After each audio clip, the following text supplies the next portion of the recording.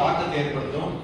இதுக்கு மேல போக விரும்பல, அது அப்படியே இருக்கட்டும். நம்ம போய் அப்படியே போய் யோசித்து அசை போட்டு நம்ம பண்ணோம். இதுக்கு மேல ஏதாவது சொல்லிட்டு இருந்தா அது சரி இருக்காது. முதல்ல அந்த பொண்ணுக்கு ஏற்படுத்துவோம். வாங்க பரிசு கொடுத்துருவோம். வாங்க அழகாக பதில் சொன்னாங்கல்ல, நீங்க எல்லாம் நோட்ஸ் எடுத்துருந்தாங்க. நீங்க எல்லாம் முன்னாடியே இருந்தாங்க. ரொம்ப ரொம்ப நல்லது. நீங்க போய் அதை போய் சாயந்தரம் போய் பாருங்க, மறுபடியும் அசை போடுங்க, படிக்க ஆரம்பிங்க. சொன்ன ஒரு புத்தகத்துல நோட் பண்ணி படிக்க ஆரம்பிங்க. ரொம்ப ஒரு பாசிட்டிவான நோட்ஸ் சார்.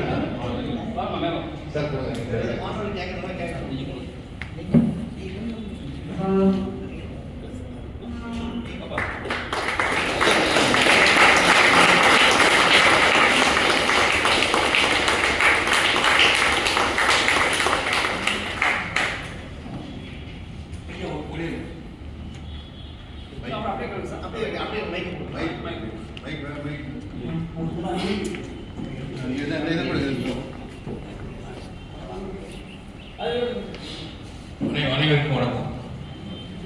நான் இப்போ ஓய்வு பெற்ற ஆசிரியர், இந்தியா ஆசிரியர். திருக்குறளை ரொம்ப நேசிச்சுட்டு இருக்கேன், படிச்சுட்டு இருக்கேன், நிறைய சொல்லிட்டு இருக்கேன். படிச்சிருக்கிற 722 காண முயல் தான் முயல், யானை விழுத்த வேல் நகை விழுது. அது உங்கள் உறவு சொல்லுங்க. நகை சொல்லுங்க. நீங்க தான் சொல்லுங்க. உங்களுக்கு தெரியுமாவே நீங்க சொல்லுங்க. எல்லாரும் தெரிஞ்சவங்க தான் இருக்கு. சொல்லுங்க. நீங்க சொல்லுங்க, நான் சொல்றேன்.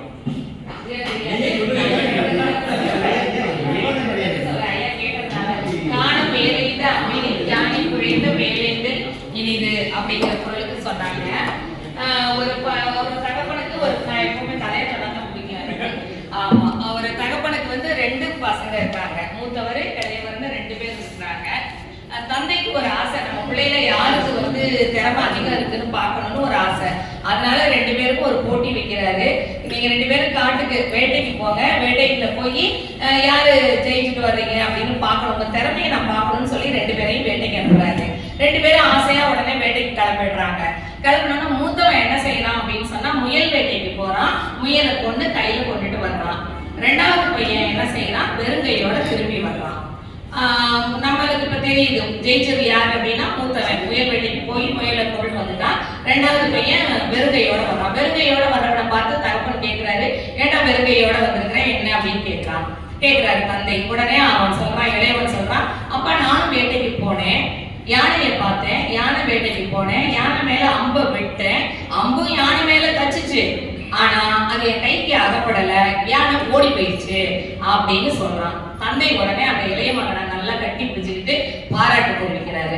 மூத்தவனுக்கு சரியான கோபம். என்ன முயல் வேட்டைக்கு போய் முயலை கொண்டுட்டு வந்திருக்கிறோம், வெற்றியோட கையில வந்திருக்கிறோம், நம்மளை பிடிச்சு பாராட்டாம ஒண்ணுக்கு இல்லாம வெறுங்கையோட வந்திருக்கிறவனை பிடிச்சிட்டு இப்படி பாராட்டுறாரு அப்படின்னு ரொம்ப கோபத்தை தந்தை பார்த்துட்டாரு. தந்தைகிட்டையும் கேட்கிறான். கேட்ட உடனே அப்பதான் தந்தை அவனுக்கான விளக்கத்தை சொல்றாரு. மூத்தவன் அது நிஜம், முயல் வேட்டைக்கு போய் முயலை கொண்டுட்டு வந்திருக்கிறது வெற்றி, அது கரெக்ட். இவன் வந்து தோல்விதான். ஆனா இவன் போனது எந்த வேட்டைக்கு போனா, யானை வேட்டைக்கு. அப்ப அவன் சொல்ற விஷயம் என்ன அப்படின்னு சொன்னா, சின்னதுல முயல் வேட்டைக்கு போய் முயலை ஜெயிச்சு கொண்டு வர்றதுக்கு விட யானை வேட்டைக்கு போய் ஜெயிக்காம வர்றது மேல். நம்மளுடைய எண்ணம் வந்து எப்படி இருக்கணும், உயர்வான எண்ணமா இருக்கணும். காண முயலெய்த அம்பினில் யானை பிழைத்த வேல் ஏற்றல் இனிது. இந்த சின்ன விஷயத்துக்கு முயல் வேட்டைக்கு யாரும் போக மாட்டாங்க, எல்லாரும் தானே போலாம், எல்லாரும் போலாம். யானை வேட்டைக்கு யாருமே போக, எண்ணங்கள் உயர்வா இருக்கணும். என்னுடைய எனக்கு தெரிஞ்சது ஆக்சுவலா கொஞ்சம் குழந்தைங்க கேள்வி நினைச்சேன்.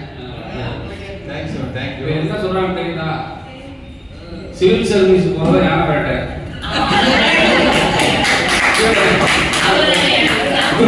குரூப் போறது போறது முயல் வேட்டைங்கிறாங்க.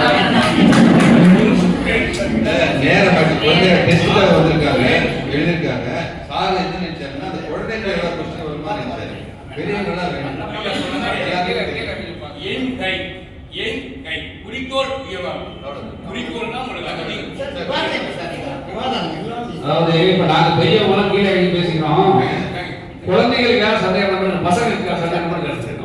இது பெரியவங்க வேண்டாம், பெரியதெல்லாம் தெரியும். நீங்க என்ன இல்லைன்னா முடிச்சிருவோம். இங்க வந்து பேசிக்கிறோம். இல்ல முடிச்சிருவோம். இப்போ டெஸ்ட் அப்புறம் எழுத போறாங்க இருக்காங்க இல்லையா, அதுக்கு நம்ம இப்போ என்ன சொல்லிடுவோம். சார் நன்றி. என்ன சார்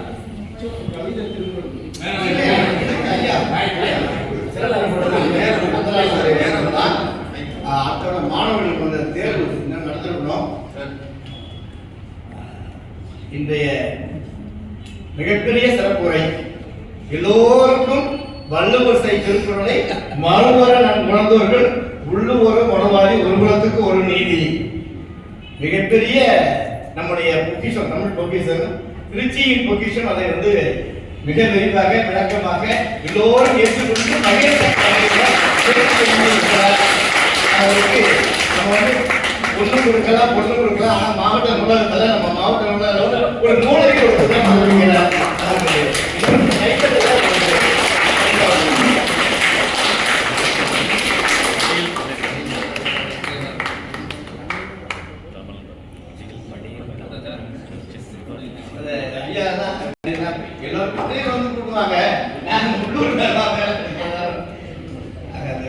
இந்த சிறப்பான கூட்டத்திற்கு நம்முடைய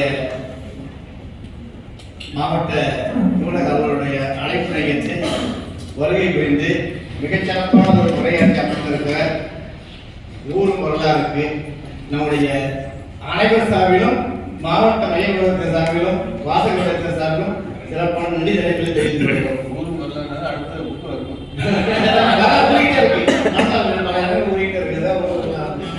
பேசலாம் ஊர் வரலாறு சொல்லியிருந்தோம். வருகை புரிந்து சிறப்பித்த அத்துணை நல்லுணங்களுக்கு நேரத்தை எடுத்துக்கொள்ள விரும்பவில்லை. எல்லா நல்லுணர்வு வாசகர்களும் சரி, ஆண்டோர்கள் மக்கள், சான்றோர்கள் மக்கள், குறிப்பாக அடுத்த தலைமுறை தூக்கிய இருக்கக்கூடிய கனவு திறந்தது சிறுத்தையை வெளியில் வா, எளியன உன்னை இழந்தவர் நடுங்க புலியன செயல் செய்ய புறப்படும் வெளியேறும் பாரதிதாசன். அதே போல இந்த உரையை கேட்டவுடன் நீங்கள் புலியன செயல் செய்ய புறப்படுவீர்கள், புறப்பட வேண்டும் என்று உங்களை இந்த நேரத்தில் அவையின் சார்பில் வாழ்த்தி அனைவருக்கும் நன்றி கூறி இவ்வுரையை சுருக்கமாக நன்றி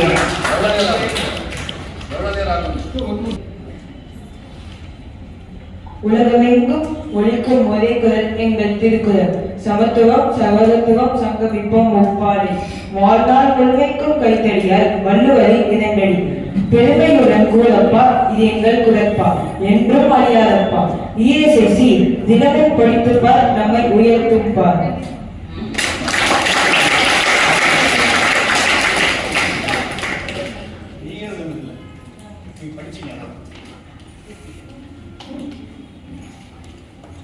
எல்லோருக்கும் நன்றி.